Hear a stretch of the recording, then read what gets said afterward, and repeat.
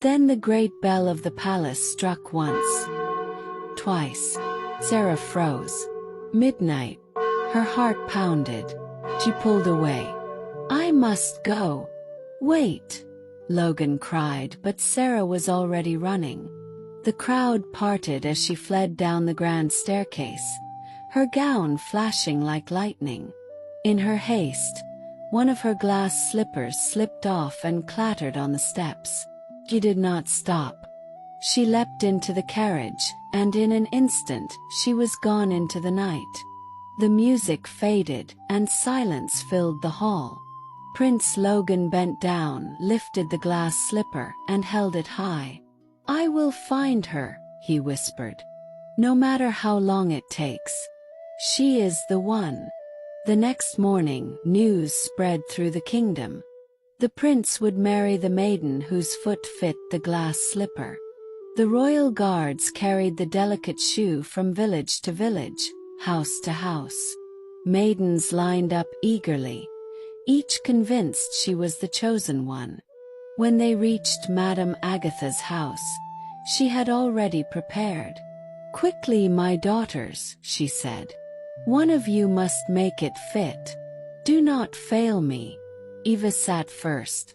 She shoved her foot into the slipper, wincing in pain. Her toes bulged, her heel stuck out. She tried to smile. See, it fits. The guard shook his head. No, it does not. Alice tried next. She pushed so hard her face turned red. It will fit. It must fit. The slipper cracked slightly but did not fit. The guards shook their heads again. Neither of you is the one. Sarah had been sweeping quietly in the corner. She dared not come forward. But one of the guards noticed her. And who is this girl? Madame Agatha's eyes blazed. She is nobody. Servant. Do not waste your time. But the guard stepped closer. Every maiden must try. Sarah hesitated. May I? The guard nodded kindly.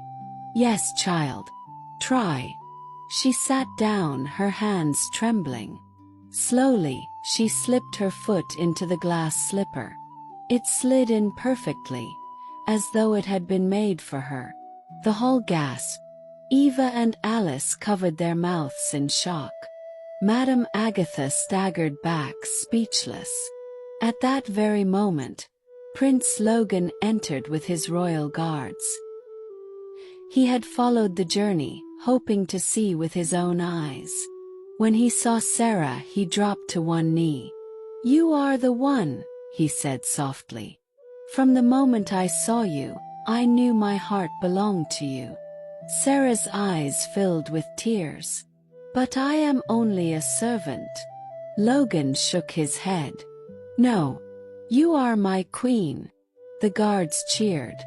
The villagers who had gathered outside shouted with joy. Even the birds in the trees seemed to sing. The wedding was a celebration the kingdom would never forget. Drummers played until the earth trembled. Dancers spun in circles, their feet kicking dust into the air. Elders blessed the couple with kola nuts and palm wine. Sarah wore a crown of gold, but her smile was brighter than any jewel. The prince held her hand, proud to stand by her side. Eva and Alice stood at the back, their faces pale with shame. Villagers whispered about their greed and arrogance. Madame Agatha bowed her head, unable to meet Sarah's eyes. But Sarah, with the kindness that had always been in her heart, forgave them. She did not allow bitterness to spoil her joy.